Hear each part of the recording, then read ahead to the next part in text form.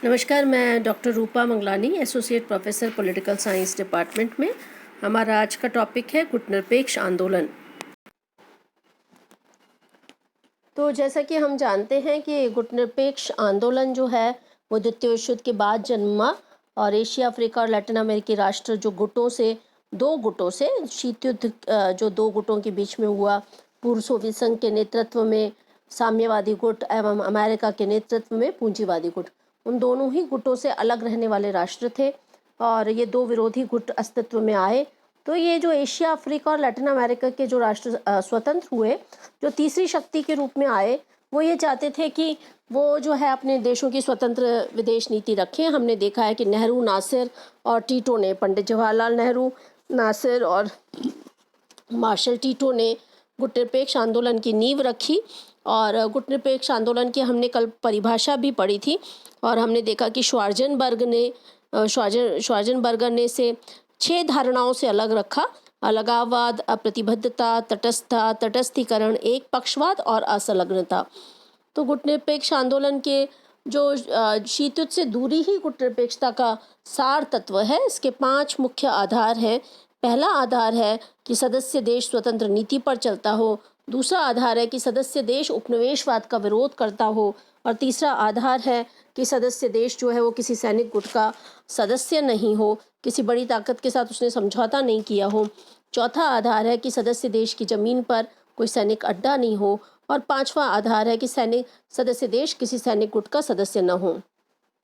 तो इस प्रकार हम देखते हैं कि गुटनिरपेक्ष देश जो है वो स्वतंत्र विदेश नीति का पालन करते हैं और अलग रहने के लिए बात करते हैं और विरोधी शक्ति शिविरों से दूर रहने वाले, युद्ध की विभीषकों को टालने वाले, तनाव को कम करने वाले और शांति समर्थक देश ही गुटनिरपेक्षता का दर्जा प्राप्त कर सकते हैं। संक्षेप में गुटनिरपेक्षता से अभिप्राय है अपनी स्वतंत्र रीति और नीति, और गुटों से अलग रहने से हर प्रश्न के औचित्य अनौचित्य को देखा जा सकता है। किसी एक गुट के साथ संबद्ध होकर उचित और अनुचित का विचार किए बिना अंधानुकरण या समर्थन करना ही गुटनिरपेक्षता नहीं है। इस प्रकार गुटों से निरपेक्ष रखकर अपनी स्वतंत्र विदेश नीति का पालन करना ही गुटनिरपेक्षता है। तो हम देख सकते हैं कि सदस्यता की शर्तों का जहाँ तक सवाल है, तो गुटनिरपेक्ष आंदोलन का सदस्य बनने के लिए 5 मानदंड निर्धारित किए गए हैं। ये मानदंड जून 1961 में काहिरा जो में 21 राष्ट्रों की तैयारी बैठक में तय किए गए थे और बैठक में परस्पर विरोधी मत व्यक्त किए जाने के कारण मानदंडों में काफ़ी समझौता भी करना पड़ा, लेकिन अंततः मानदंडों का निर्धारण किया गया और बेलग्रेड सम्मेलन में इन मानदंडों के आधार पर ही निमंत्रण भेजा गया।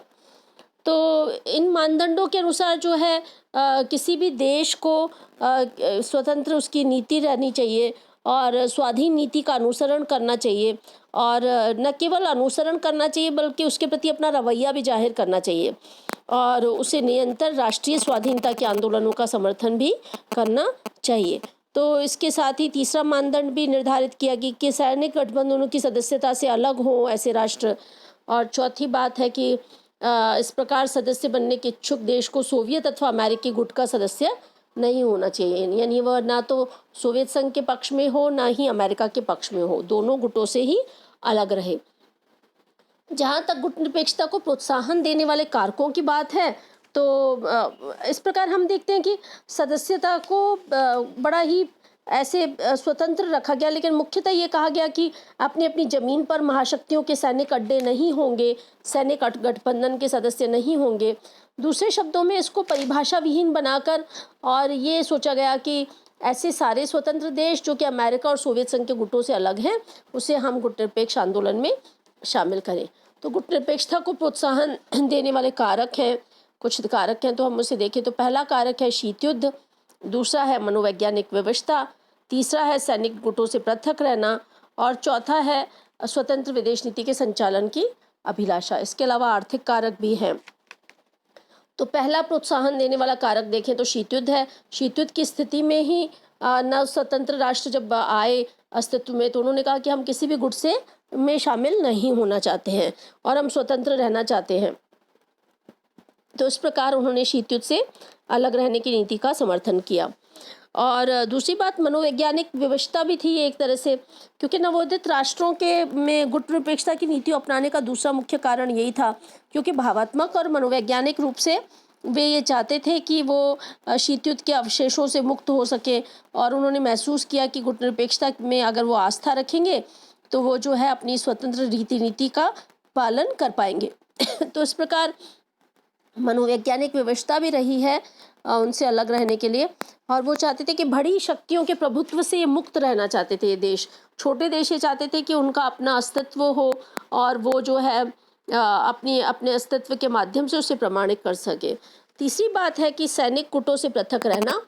तो सैनिक गुटों से पृथक रहना यानी 1945 से लेकर 50 के बीच में संसार में दो गुटों का उदय हो चुका था, और 45 और 50 में ही हमने देखा कि बहुत सारे एशिया अफ्रीका के देश स्वतंत्र हुए। तो ये सभी शोषित और गरीब देश थे, और वो संभलने के लिए समय चाहते थे। वो चाहते थे कि अपने स्वतंत्र देश की यात्रा को वो ठीक से पूरा करें। तो वो चाहते थे कि किसी भी गुट की राजनीति या चक्रव्यूह में हम फंस जाएंगे तो बहुत सारी समस्या हो जाएंगी। तो इसलिए वो चाहते थे कि सैनिक गुटों से पृथक रहकर अपना कामकाज कर पाएं। इसी तरह से स्वतंत्र विदेश नीति के संचालन की अभिलाषा थी। जितने भी नवोदित एशिया अफ्रीका के राष्ट्र थे, वो गुटनिरपेक्षता की नीति के माध्यम से अपने को स्वतंत्र शक्ति के रूप में स्थापित करना चाहते थे, और गुटनिरपेक्षता की विदेश नीति के फलस्वरूप ये किसी बड़े शक्ति का उपग्रह बनना नहीं चाहते थे, या वो जो जैसा बोले उसी के संकेत पे काम करे, तो वो ऐसा नहीं चाहते थे। कुछ अन्य प्रोत्साहन देने वाले कारक भी हैं। पहला है अपने पृथक और विशिष्ट वैचारिक स्वरूप को अक्षुण्ण बनाए रखने की अभिलाषा। नवोदित राष्ट्र को ऐसा लगा कि गुटनिरपेक्षता उनके लिए विशेषतः दोनों गुटों के वैचारिक संघर्ष के संदर्भ में अपने पृथक और विशिष्ट वैचारिक स्वरूप बनने का एक साधन है। वो चाहते थे कि अपने राजनीतिक, आर्थिक, सांस्कृतिक और सामाजिक संस्थाओं के पृथक स्वरूप को बनाए रखना चाहते हैं। राष्ट्र ये नहीं चाहते थे कि वो केवल सर्वोच्च शक्ति की छाया में ही काम करें। इसीलिए राष्ट्रपति सुकर्ण ने कहा था कि न तो हम छाया राष्ट्र हैं, न हम पाठ्य पुस्तकीय विचारक हैं। भारत के प्रधानमंत्री लाल बहादुर शास्त्री ने भी कहा था कि हमारा स्वर किसी और स्वर की प्रतिध्वनि नहीं है, यह उन लोगों की असली आवाज़ है जिनका हम प्रतिनिधित्व करते हैं और जिनकी ओर से हम बोलते हैं। तो नवोदित राष्ट्रों का यह विश्वास था कि राष्ट्रों के बड़े समूह में वे अपने स्वरूप को विलुप्त कर देंगे, और वो चाहते थे कि वो पश्चिम देशों के शासन के अधीन जो वो लंबे समय तक गुलाम रहे, तो गुलामी से मुक्त होने के बाद वो नहीं चाहते थे कि किसी और गुलामी में वो फंसे।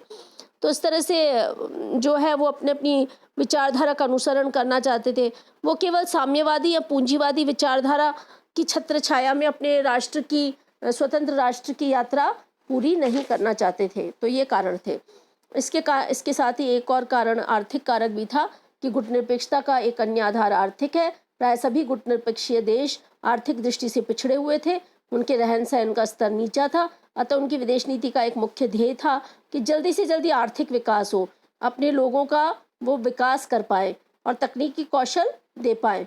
तो इस प्रकार वो मानते थे कि उन्होंने वैदेशिक अर्थनीतियों को ऐसा मोड़ दिया जिससे जो चीज़ें कोई शर्त रखे बिना वो उसका अपना काम तय कर सके। तो महाशक्तियों के दबाव के बिना वो जीना चाहते थे, महाशक्तियों के बिना ही वो चाहते थे कि वो अपनी यात्रा पूरी कर पाए। तो इस प्रकार गुटनिरपेक्ष देशों ने जो है वो इस तरह की चीज़ों का अपना समर्थन किया है। तो हम देख सकते हैं कि गुटनिरपेक्षता का परिभाषा क्या है। हमने ये भी देखा 5 आधार है। सदस्यता की शर्तों का भी हमने आधार देखा। इसी तरह से हमने देखा कि प्रोत्साहन देने वाले कारक कौन कौन से थे। हमने देखा कि शीत युद्ध एक कारक था प्रोत्साहन देने वाला, मनोवैज्ञानिक व्यवस्था एक बहुत बड़ा कारण था। इसी प्रकार हमने देखा कि सैनिक गुटों से पृथक रहना भी एक कारण था, स्वतंत्र विदेश नीति के संचालन की अभिलाषा एक कारण था, आर्थिक कारण भी थे, और इसके साथ साथ अपने पृथक और विशिष्ट वैचारिक स्वरूप को बनाए रखने की अभिलाषा भी एक कारण था। तो इन सब कारणों के आलोक में और इसके साथ ही इन सब की सदस्यता की शर्तें और परिभाषाओं को देखते हुए आप इस टॉपिक को प्रिपेयर कीजिए। बहुत इंपॉर्टेंट टॉपिक है। इसमें अक्सर बड़े सवाल भी आते हैं इससे, और छोटे सवाल भी आते हैं, कंपटीशन में भी आता है। और गुटनिरपेक्ष आंदोलन के समन्वय ब्यूरो और शिखर सम्मेलन के बारे में भी पूछा जाता है। 2 प्रकार की संस्थाएं हैं गुटनिरपेक्ष आंदोलन की, जिस पे अंतर्राष्ट्रीय विषयों और समस्याओं पर विचार किया जाता है। यह है समन्वय ब्यूरो और सम्मेलन। सम्मेलन भी 2 तरह के हैं, गुटनिरपेक्ष देशों के विदेश मंत्रियों का सम्मेलन और शिखर सम्मेलन। इस प्रकार गुटनिरपेक्ष आंदोलन की 3 संस्थाओं का विकास हुआ है। पहली संस्था है समन्वय ब्यूरो, दूसरी है विदेश मंत्रियों का सम्मेलन और तीसरा है शिखर सम्मेलन। परीक्षा में अक्सर पूछा जाता है कि कूटनिरपेक्ष आंदोलन की संस्थाएं बताइए, तो ये 3 संस्थाएं आपको लिख के आनी है, समन्वय ब्यूरो, विदेश मंत्रियों का सम्मेलन और शिखर सम्मेलन। शिखर सम्मेलन में तो देखिए राष्ट्राध्यक्ष ही जाएंगे देशों के, और विदेश मंत्रियों के सम्मेलन में विदेश मंत्री जाएंगे, और समन्वय ब्यूरो विचार विमर्श करने के लिए और समन्वय करने के लिए एक केंद्र है। ये एक तैयारी समिति है। जो शिखर सम्मेलन और विदेश मंत्रियों का सम्मेलन होता है उससे पहले समन्वय ब्यूरो या कोऑर्डिनेशन ब्यूरो उसकी तैयारी करता है। तो आप इस टॉपिक की तैयारी करें, और इसमें कोई दिक्कत आए तो हम इस पे बात करते हैं। और कल हम जो है अगले टॉपिक में हम करेंगे गुटनिरपेक्षता की उपलब्धियाँ।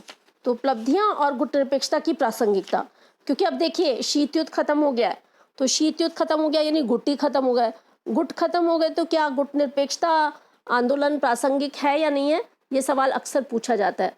तो इसे हम अगले लेक्चर में पढ़ेंगे। तब तक आप इस टॉपिक की तैयारी करें। धन्यवाद। All the best.